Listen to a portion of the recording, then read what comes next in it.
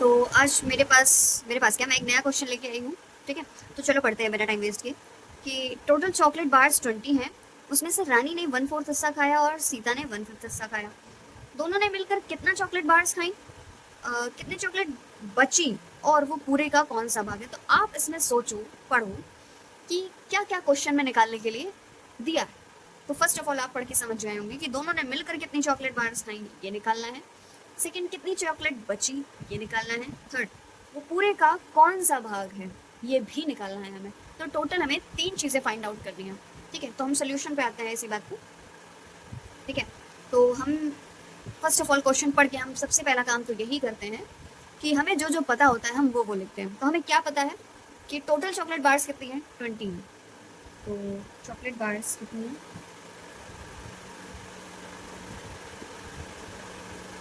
20 है।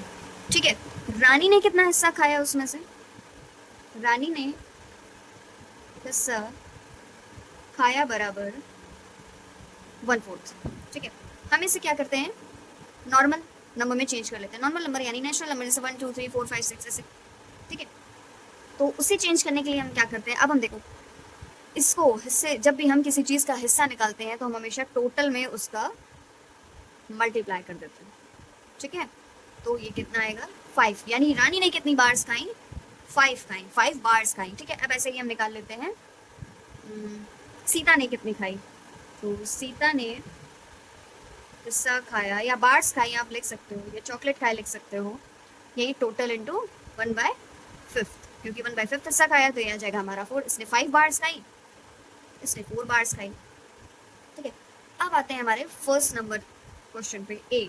ठीक है, कि हमसे बोला क्या गया, दोनों ने मिलकर कितना चॉकलेट खाया। अब देखो इनका भी पता चल गया, इनका भी पता चल गया, तो क्या हम दोनों की मिलकर जितनी चॉकलेट खाई वो नहीं निकाल सकते हैं, बिल्कुल निकाल सकते हैं। तो लिखते हैं दोनों ने मिलकर चॉकलेट खाई बराबर कितनी, 5 + 4 कितनी हुई, 9 हो गई। ठीक है, अब हमसे क्या बोला जा रहा है, एक आंसर तो हमने निकाल लिया, हमें निकालने थे 3। सेकंड पढ़ते हैं, कितनी चॉकलेट बची। अब देखो इन लोगों ने जितनी खाई वो हमने निकाल ली, हमारे पास टोटल जितनी थी वो हमें पता थी। तो क्या हम बची हुई चॉकलेट नहीं निकाल सकते हैं।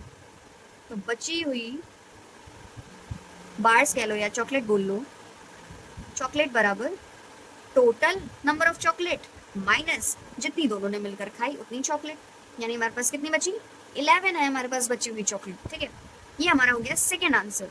थर्ड क्या है कि वो पूरे का कौन सा भाग है। अब देखो ये पिछले वाले क्वेश्चन की तरह है, मैंने एक क्वेश्चन और करा रखा है ऐसा ही, पिज्जा क्वेश्चन है वो, आप देख लीजिएगा। उसमें भी हमसे पूछा गया था कि इसको फ्रैक्शन में लिखो, तब मैंने एक फॉर्मूला बताया था वहां पर फ्रैक्शन में लिखने के लिए। यहाँ भी लैंग्वेज अलग है बट बोलना वो वही चाह रहे हैं कि पूरे का कौन सा भाग है, और फ्रैक्शन में हमारा भाग को ही दर्शाता है।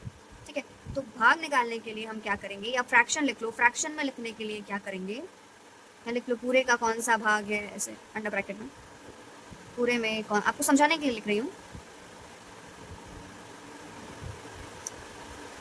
भाग है। हम क्या करेंगे, हमने बताया था फॉर्मूला कि जो भी हमारे पास बचा कुछ आइटम होता है, मतलब सारा खाने पीने के बाद या कुछ भी कर लो देने लेने के बाद, हमारे पास जो बचता है टोटल में से वो हमेशा हम ऊपर लिखते हैं अंश में, और जो हमारे पास टोटल आइटम होता है यानी 20 वो हम हमेशा हर में लिखते हैं।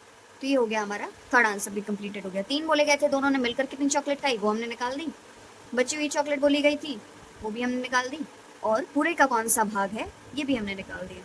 ठीक है, अब यही बोल दिया जाता कि चॉकलेट बार्स निकाल दो कितनी बची, है ना।